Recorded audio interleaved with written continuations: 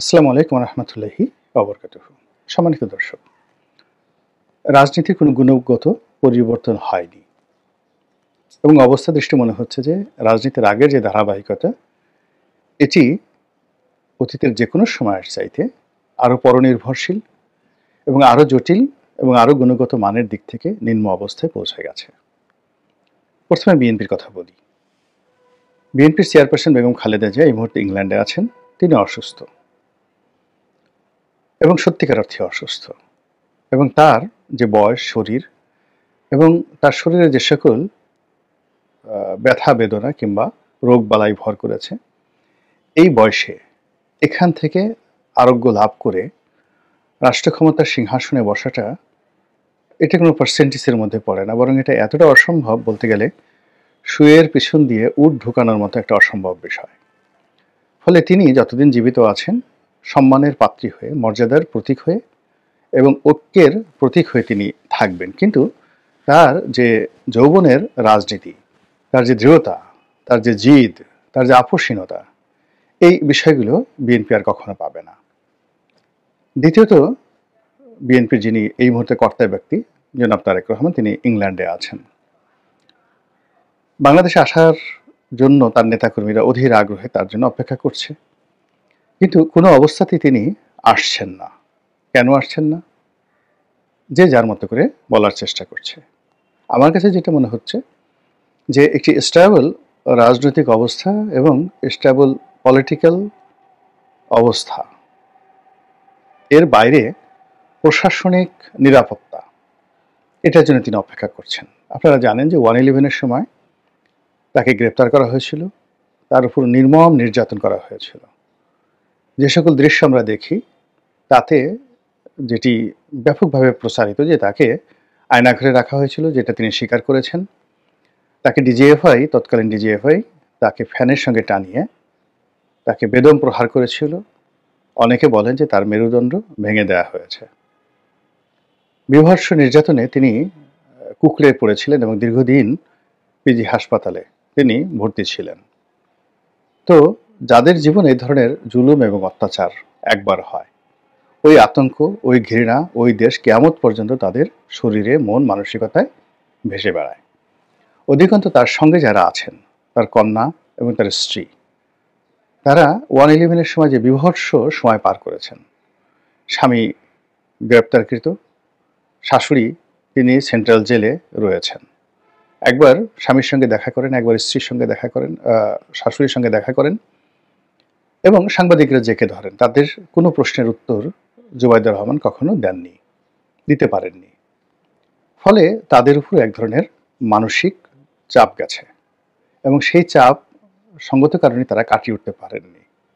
আমরা দেখেছি বেগম জিয়া যখন মরণাপন্ন ছিলেন, ঠিক সেই সময়টিতে তার দ্বিতীয় সন্তান কোকুর স্ত্রী বারবার এসেছেন, শর্মিলা রহমান এসেছেন, কিন্তু জুবাইদুর রহমান বাংলাদেশে আসেননি বা আসার মতো পরিবেশ তিনি অনুভব করেননি। এর কারণ হলো ওই যে তার যে ট্রমা, 1/11-এর যে ট্রমা, যেটি কোকুর স্ত্রীকে ওইভাবে আকর্ষণ করেনি বা ওইভাবে আঘাত করেনি যেটা জুবাইদুর রহমানকে করেছে। তো সেই ট্রমার কারণে তিনি বেগম জিয়াকে দেখতে আসেননি। আর এখন আওয়ামী লীগ জমানাতে তাদের জন্য বা তাদের পরিবারের জন্য অন্তত একটা জিনিস ছিল, সেটা হলো জেলখানাটা নিরাপদ ছিল, রাষ্ট্রীয় গ্যারান্টি ছিল এবং রাষ্ট্রের অনেকগুলো ইনস্টিটিউশন অ্যাক্টিভ ছিল। সেটা এখন নেই। ফলে এই জমানাতে যারা আমরা ভালো আছি, আল্লাহ আমাদেরকে ভালো রেখেছেন, আর যারা ভালো নেই তারাও আল্লাহর কাছে সাহায্য চাচ্ছেন, কিন্তু বান্দার কাছে সাহায্য চাওয়ার মতো অবস্থা এখন আর বাংলাদেশে নেই। ফলে তারেক রহমান সাহেব এবং তার পরিবার বাংলাদেশে আসতে পারছেন না। ফলে বিএনপি রাজনীতি তস নস, ভ্যাবা স্যাকা, এলোমেলো, কটর মটর, লড়র বড়র সব কিছু হয়ে গেছে। তিনি লন্ডনে বসে চেষ্টা করছেন নিয়ন্ত্রণ করার জন্য, কমিটি বাদ করছেন, বহিষ্কার করছেন, হুমকি দিচ্ছেন, ধামকি দিচ্ছেন, কিন্তু কাজের কাজ কিছুই হচ্ছে না, বরং বিশৃঙ্খলা আরও বেড়ে যাচ্ছে। এর মধ্যে যারা অপকর্ম করছেন তারা একটা ভাগে বিভক্ত হয়ে ধরো মারো খাও এবং ওই রাক্ষসের সে হাও মাও খাও, আমরা ছোটকালে পড়েছি, ওই রকম একটা নীতি নিয়ে যতদিন পারো ধরো মারো খাও, ভবিষ্যতে কি হবে ভবিষ্যতের ব্যাপার ভবিষ্যতের উপর ছেড়ে দাও। তারপরে টাকা নিয়ে যদি পরিস্থিতি খারাপ হয়ে যায় বাংলাদেশ থেকে আওয়ামী লীগের মতো পালিয়ে যাও, বিএনপির 111-এর পরে যে সকল নেতারা পালিয়ে গেছেন তাদের মতো পালিয়ে যাও, আর বিদেশে গিয়ে পায়ের উপর পা তুলে পোলাও খাও, কোরমা খাও, বিরিয়ানি খাও। তো এই যে মন মানসিকতা, এটার একটা বিরাট অংশ এইভাবে কাজ করছে। 2 নম্বর হলো যে দলীয় পদ পদবি, অর্থাৎ কেউ নমিনেশন চাচ্ছেন, কেউ মন্ত্রী হতে চাচ্ছেন, কেউ মেয়র হতে চাচ্ছেন, কেউ দলের বড় কোনো পদ পদবি চাচ্ছেন, এরকম লোকের সংখ্যা ধরুন দলের মধ্যে আছে 1000 খানেক। তো এই মানুষগুলো তাদের ভাগ্যের উন্নয়নের জন্য তারা দিদারসে লন্ডনে গিয়ে বসে আছেন। এখন অতীতের যে কোনো সময় সে তারেক রহমান সাহেবের ব্যস্ততা বেড়ে গেছে, ফলে লন্ডনে গিয়ে তারা দিনের পর দিন, কখনো মাসের পর মাস বসে অপেক্ষা করছেন এবং তারেক রহমান সাহেবের সঙ্গে একটা ফটো তুলে তারপরে ফেসবুকে দিয়ে এরপরে তারা স্বস্তি নিয়ে বাংলাদেশে ফিরে আসছেন। এরকম নেতার সংখ্যা অসংখ্য। 1। 2 নম্বর হলো যে যেহেতু এখন দল ক্ষমতায়, এখন বড় বড় নেতাদের বিরুদ্ধে তারেক রহমান সাহেবের কাছে নানা রকম অভিযোগ আছে। যেমন ধরেন একজনের নাম ধলা। তো ধলা একজন বড় নেতা, ধলার কর্মীরা বিভিন্ন এলাকাতে মারামারি করছে, তো মারামারি করছে, কাটাকাটি করছে। আর ধলার অপোজিট নেতা, তার নাম কলা। এখন কলা আবার করলো কি, তার নেতার কাছে, তারেক রহমান সাহেবের কাছে ধলার বিরুদ্ধে অভিযোগ করলো যে ধলার লোক পুরো সাইদাবাদ খেয়ে ফেলছে। আবার ধলার যারা লোকজন আছেন বা ধলার নিচে কলার বিরুদ্ধে অভিযোগ করলো যে এখানে অন্য কোনো বিষয় না, এলাকাতে আমরা শান্তি শৃঙ্খলা বজায় রেখেছি এবং মিস্টার কলা এখানে আসতে পারেন না, আমরা ব্যারিকেড দিয়ে রেখেছি, এজন্য আমাদের বিরুদ্ধে তিনি আপনার কাছে বলেছেন। ফলে এই ধলা কলার ছলা কলায় জনাব তারেক রহমানের নাক কান পঞ্চ ইন্দ্রিয় ঝালাপালা হয়ে গেছে এবং দিন শেষে তিনি সবার সঙ্গে রাগ করছেন, অভিমান করছেন। আবার এই অভিমান করার জন্য ধলা কলা ছলা কলার বস্তা ভরে আবার তারা লন্ডনে পাড়ি দিচ্ছেন। তো এই গেল বিএনপির অবস্থা লন্ডন কেন্দ্রিক। শেখ হাসিনার যারা লোকজন এরা আবার দিল্লি কেন্দ্রিক, অর্থাৎ শেখ হাসিনাকে বাদ দিয়ে একটা রিফাইন্ড আওয়ামী লীগ হবে, এরকম যে কথাবার্তা হচ্ছিল, এটা কেউ সাহস পাচ্ছে না, এটা হবে না। এর কারণ হলো আওয়ামী লীগের জমানাতে বা 111-এর জমানাতে এই যারা সংস্কারবাদী ছিল তাদের যে কি দুর্ভোগ এবং দুর্দশা হয়েছে। আওয়ামী লীগ এবং বিএনপি উভয় দলই সামরিক শাসনের জাতাকলে পড়ে দলকে রিফাইন করার জন্য আওয়ামী লীগের সবচেয়ে সেরা, যেমন সুরেন্দ্র সেনগুপ্ত, তোফায়েল আহমেদ, আমির হোসেন আমু, যাদেরকে সংক্ষেপে র্যাড বলা হতো, তাদের সঙ্গে জনাব সাবির হোসেন চৌধুরী, বগুড়ার আব্দুল মান্নান সাহেব, তারপরে শেষে আখমদ জাহাঙ্গীর হোসেন সাহেব, মাহমুদুর রহমান মান্না সাহেব থেকে শুরু করে, মানে শেখ হাসিনা রিক্রুট করা সবচেয়ে মেধাবী যারা লোকজন তারা এবং বঙ্গবন্ধুর হাতের রিক্রুট করা মেধাবী লোকগুলো সব শেখ হাসিনাকে মাইনাস করার চেষ্টা করেছে, কিন্তু হয়নি।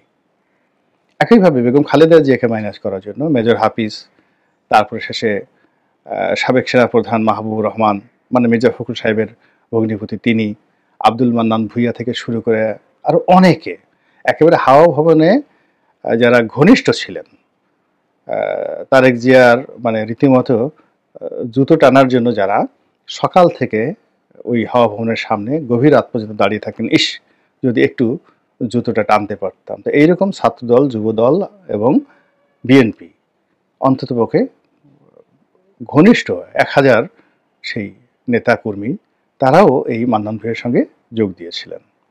সাইফুর রহমান সাহেবের মতো মানুষ এই দলের মধ্যে চলে গেছেন, কিন্তু সফলতা আসেনি।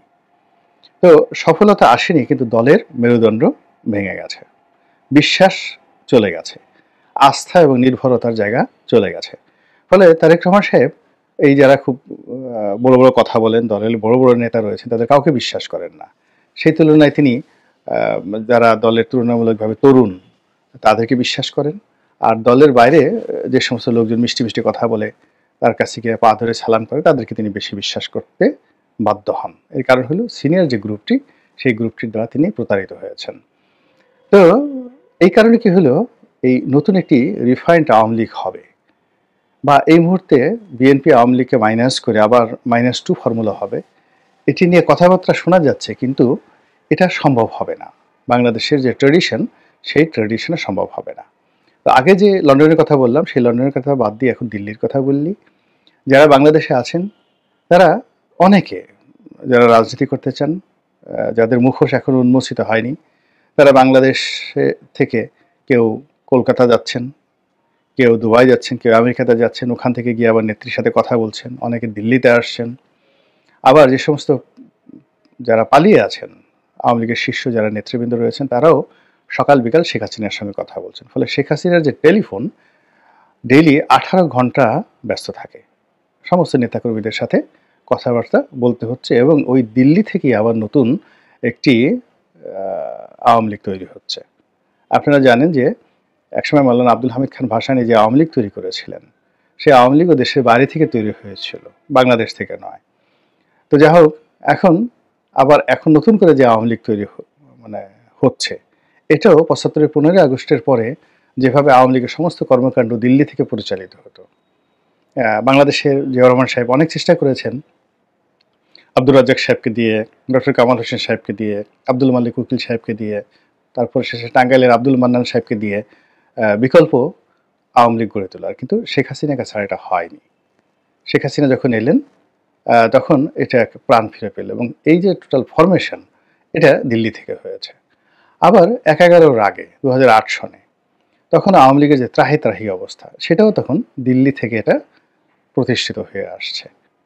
ফলে ভারতের অর্থাৎ আসাম থেকে মাওলানা আব্দুল হামিদ খান ভাসানী যে আওয়ামী লীগ শুরু করেছিলেন, সেই আওয়ামী লীগের পূর্ণতা দিয়েছিলেন কলকাতা থেকে এসে হোসেন শহীদ সরওয়ার্দী।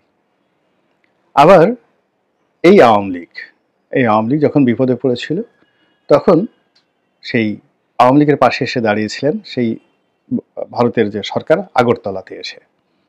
অর্থাৎ 1969-এর গণ অভ্যুত্থানের আগে আগরতলাতে আবার আওয়ামী লীগের পুনর্জন্ম হলো সেই আইয়ুব খানের মার্শাল লয়ের জমানাতে। এর আগ পর্যন্ত আওয়ামী লীগের অফিস আমিনা রহমান ছাড়া অন্য কেউ বাতি জ্বালানোর মতো ছিল না, কিন্তু এটাকে ফ্লারিশ করার জন্য যেটাকে আমরা এখন আগরতলা ষড়যন্ত্র মামলা বলি, এই ষড়যন্ত্র মামলা হাত ধরে আওয়ামী লীগ স্বাধীনতার আগে একবার প্রতিষ্ঠিত হলো।